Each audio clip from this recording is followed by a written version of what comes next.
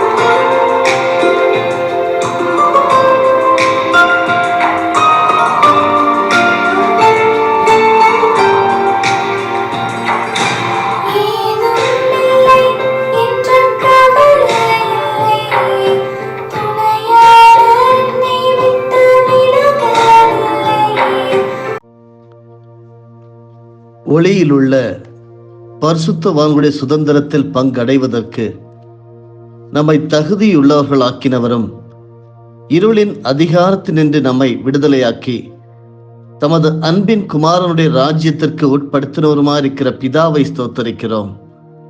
குமாரனாகிய அவருக்குள் அவருடைய இரத்தத்தினாலே பாவ மன்னிப்பாகிய மீட்பு நமக்கு உண்டாயிருக்கிறது. அவர் அதரிசனமான தேவனுடைய தற்சுரூபமும் சர்வ சிருஷ்டிக்கும் முந்தின பேருமானவர். தேவனே, உம்முடைய நாமத்திற்கே மகத்துவம் உண்டாவதாக. பிரியமானவர்களே, ஆண்டவரும் உலக இரட்சகருமாகிய இயேசு கிறிஸ்துவின் பரிசுத்த நாமத்தினாலே தினம் ஒரு சத்திய வார்த்தை ஆடியோ நிகழ்ச்சிக்கு உங்களை அன்புடன் வரவேற்கிறோம். இந்த நாளுக்குரிய தியானத்தின் தலைப்பு எக்காலத்தை முழங்குங்கள். பரிசுத்த வேதாகமத்தின் ஆதார வசனம் எண்ணாகமம் 10:10. உங்கள் மகிழ்ச்சி நாளிலும் உங்கள் பண்டிகைகளிலும் மாத பிறப்புகளிலும் பூரிகைகளை ஊத வேண்டும். அப்பொழுது அவைகள் உங்கள் தேவனுடைய சமூகத்தில் உங்களுக்கு ஞாபக குறியாயிருக்கும். இன்றைய முதலாவது தியான பகுதியாக எண்ணாகமம் 10வது அதிகாரம் வசனங்கள் 8 முதல் 10 வரையிலும் படிக்க கேளுங்கள். ஆரோனின் குமாரராகிய ஆசாரியர் பூரிகைகளை ஊதக்கடவர்கள். உங்கள் தலைமுறை தோறும் இது உங்களுக்கு நித்திய கட்டளையாயிருக்க கடவது. உங்கள் தேசத்தில் உங்களை துன்பப்படுத்துகிற சத்துருவுக்கு விரோதமாக யுத்தத்துக்கு போகும்போது பூரிகைகளை பெருந்தொனியாய் முழங்க கடவீர்கள். அப்பொழுது உங்கள் தேவனாகிய கர்த்தருடைய சமூகத்திலே நீங்கள் நினைவு கூறப்பட்டு உங்கள் பகைஞருக்கு நீங்களாகி ரட்சிக்கப்படுவீர்கள். உங்கள் மகிழ்ச்சி நாளிலும் உங்கள் பண்டிகைகளிலும் மாத பிறப்புகளிலும் உங்கள் சர்வாங்க தகன பலிகளும் சமாதான பலிகளும் செலுத்தப்படும் போது பூரிகைகளை ஊத வேண்டும். அப்பொழுது அவைகள் உங்கள் தேவனுடைய சமூகத்தில் உங்களுக்கு ஞாபக குறியாயிருக்கும். நான் உங்கள் தேவனாகிய கர்த்தர் என்றார். எக்காலத்தை முழங்குங்கள். இந்த நாளுக்குரிய தியான பாடம் பிரார்த்தனை என்கிற பொதுவான தலைப்பிலிருந்து உருவானது.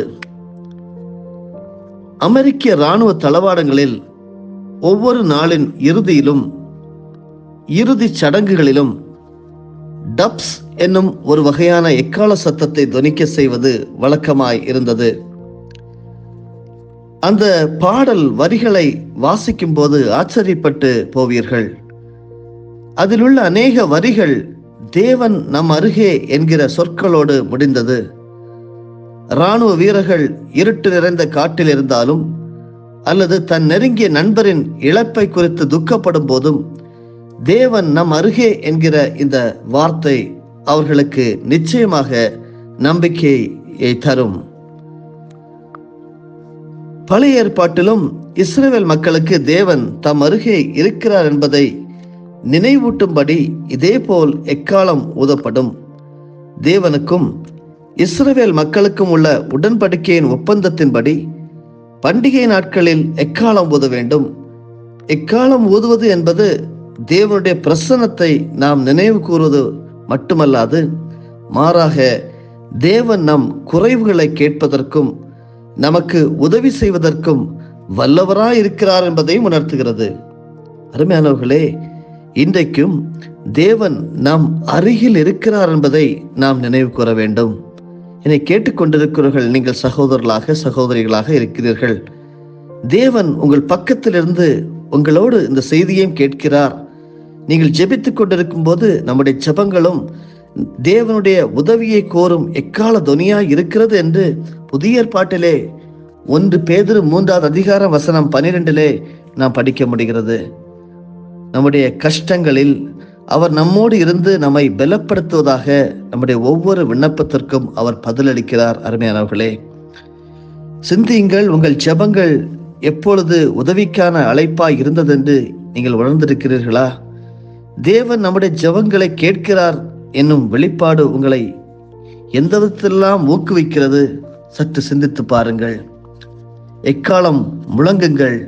உங்கள் வீடுகளிலே, உங்கள் ஜெப கூடங்களிலே அது முழங்கட்டும். நிச்சயமாக தேவன் நம் குறைவுகளை கேட்பதற்கும் நமக்கு உதவி செய்வதற்கும் வல்லவராய் இருக்கிறார் என்பதை இந்த காரியம் நமக்கு கற்றுத்தருகிறது. சங்கீத புஸ்தகத்திலே 34ஆம் சங்கீதத்தை வாசித்து பார்த்தால் அதிலே 4வது வசனம் சொல்லுகிறது, நான் கர்த்தரை தேடினேன், அவர் எனக்கு செவி கொடுத்து என்னுடைய எல்லா பயத்துக்கும் என்னை நீங்களாக்கி விட்டார் என்று. சங்கீத புஸ்தகம் 34 முதல் 10 வசனங்களை படிக்க கேளுங்கள். தாவீது அபிமெலேக்குக்கு முன்பாக வேஷம் மாறின போது அவனால் துரத்தப்படுகையில் பாடின சங்கீதம். கர்த்தரை நான் இக்காலத்திலும் ஸ்தோத்தரிப்பேன், அவர் துதி எப்போதும் என் வாயில் இருக்கும். கர்த்தருக்குள் என் ஆத்துமா மேன்மை பாராட்டும், சிறுமைப்பட்டவர்கள் அதை கேட்டு மகிழ்வார்கள். என்னோடே கூட கர்த்தரை மகிமைப்படுத்துங்கள், நாம் ஒருமித்து அவர் நாமத்தை உயர்த்துவோமாக. நான் கர்த்தரை தேடினேன், அவர் எனக்கு செவி கொடுத்து என்னுடைய எல்லா பயத்துக்கும் என்னை நீங்களாக்கி விட்டார். அவர்கள் அவரை நோக்கி பார்த்து பிரகாசம் அடைந்தார்கள், அவர்கள் முகங்கள் வெட்கப்படவில்லை. இந்த ஏழை கூப்பிட்டான், கர்த்தர் கேட்டு அவனை அவன் இடுக்கண்களுக்கு எல்லாம் நீங்களாக்கி ரட்சித்தார். கர்த்தருடைய தூதன் அவருக்கு பயந்தவர்களை சூழ பாளையம் இறங்கி அவர்களை விடுவிக்கிறார். கர்த்தர் நல்லவர் என்பதை ருசித்து பாருங்கள், அவர் மேல் நம்பிக்கையா இருக்கிற மனுஷன் பாக்கியவான். கர்த்தருடைய பரிசுத்தவான்களே, அவருக்கு பயந்திருங்கள், அவருக்கு பயந்தவர்களுக்கு குறைவில்லை. சிங்க குட்டிகள் தாழ்ச்சியடைந்து பட்டினியாயிருக்கும், கர்த்தரை தேடுகிறவர்களுக்கோ ஒரு நன்மையும் குறைவுபடாது. ஒரு நெருக்கடி சூழ்நிலையிலே ஜெபிக்கக்கூடிய ஒரு ஜெபமாக நாம் பார்க்கிறோம். அமெரிக்காவின் அலாஸ்காவின் ஒரு மலை பிரதேசத்தில் குடியேறியவரின் ஒரு குடிசையில் தீப்பிடித்த போது அந்த அமெரிக்காவின் குளிரான மாநிலமாகிய அந்த அலாஸ்காவில் சில வசதிகளே இருந்தன. ஒரு விரைப்பான குளிர்காலத்தின் நடுவில் குடியேறியோருக்கு போதுமான தங்குமிடமில்லாமல் இருந்தது. 3 வாரங்களுக்கு பிறகு ஒரு விமானம் அங்கே பறந்து பனியில் அவரால் முத்திரை குத்தப்பட்ட புகை கரியால் கருமையாக்கப்பட்ட அந்த பெரிய நெருக்கடி நிலை குறிகையை அவர்கள் உளவு பார்த்த போது அந்த நபர் இறுதியாக மீட்கப்பட்டார். அருமையானவர்களே, இன்று நாம் வாசிக்க கேட்ட சங்கீத பகுதியாகிய சங்கீதம் 34 சங்கீதக்கார தாவீது நிச்சயமாக மிகுந்த நெருக்கடியில் தான் அந்த சமயத்திலே இருந்தார். பொறாமை கொண்ட சவுல் அவரை கொல்ல முயன்றார். எனவே அவர் காத் நகரத்திற்கு ஓடினார். அங்கு அவர் தனது உயிரை காப்பாற்றுவதற்காக பைத்தியக்காரனாக நடித்தார் என்று 1 சாமுவேல் 21ஆம் அதிகாரத்தை நீங்கள் முழுமையாக படித்தால் நீங்கள் கற்றுக்கொள்ளலாம். அந்த நிகழ்வுகளில் தான் வெளிவந்தது 34ஆம் சங்கீதம். அங்கு தாவீது தேவனிடம் ஜெபத்தில் கூப்பிட்டு சமாதானத்தை கண்டு கொள்கிறார். வசனங்கள் 4 முதல் 6 வரையிலும் படிக்கிறேன். நான் கர்த்தரை தேடினேன், அவர் எனக்கு செவி கொடுத்து என்னுடைய எல்லா பயத்துக்கும் என்னை நீங்களாக்கி விட்டார். அவர்கள் அவரை நோக்கி பார்த்து பிரகாசம் அடைந்தார்கள், அவர்கள் முகங்கள் வெட்கப்படவில்லை. இந்த ஏழை கூப்பிட்டான், கர்த்தர் கேட்டு அவனை அவன் இடுக்கண்களுக்கு எல்லாம் நீங்களாக்கி ரட்சித்தார் என்கிற ஜெபத்தை நாம் பார்க்க முடிகிறது. கர்த்தர் அவருடைய வேண்டுகோளை கேட்டு அவரை விடுவித்தார் என்று சொல்லி கற்றுக்கொள்ள முடிகிறது. என்னை கேட்டுக்கொண்டிருக்கிற சகோதரனே, சகோதரியே, நீங்கள் ஒரு அவநம்பிக்கையான சூழ்நிலையில் இருக்கிறீர்களா? ஒருவேளை உதவிக்காக அழுது கொண்டிருக்கிறீர்களா? இன்னும் நம்முடைய ஜெபங்களுக்கு தேவன் செவி சாய்த்து பதிலளிப்பார் என்பதில் உறுதியாக இருங்கள். தாவீதுக்கு செய்தது போலவே அவர் நம்முடைய துயர அழைப்புகளை கவனித்து நம்முடைய அச்சங்களை நீக்குகிறார் என்பதுதான் நாம் சங்கீதம் 34:4 கற்றுக்கொண்டிருக்கிறோம். நான் கர்த்தரை தேடினேன், அவர் எனக்கு செவி கொடுத்து என்னுடைய எல்லா பயத்துக்கும் என்னை நீங்களாக்கி விட்டார் என்று சொல்லி வசனம் 4 பார்க்கிறோம். மேலும் சில சமயங்களில் இடுக்கண்களுக்கெல்லாம் நீங்களாக்கி ரட்சிக்கிற தேவன். கர்த்தர் மேல் உன் பாரத்தை வைத்துவிடு, அவர் உன்னை ஆதரிப்பார் என்று சங்கீதம் 55 வசனம் 22 நாம் படிக்க முடிகிறது. வேதாகமம் உங்களையும் என்னையும் அப்படித்தான் அழைக்கிறது. பாரத்தை வைத்து விடும்படியாக ஆதரிக்கிற தேவன் இருக்கும்போது நாம் ஏன் பாரத்தை சுமக்க வேண்டும் என்று சொல்லி நம்மை அழைக்கிறது. அருமையானவர்களே, நம்முடைய கடினமான சூழ்நிலைகளை நாம் தேவனிடம் ஒப்படைக்கும் போது அவர் நமக்கு தேவையான உதவியை வழங்குவார் என்று நீங்கள் ஆணித்தரமாக நிச்சயமாகவே நம்பலாம்.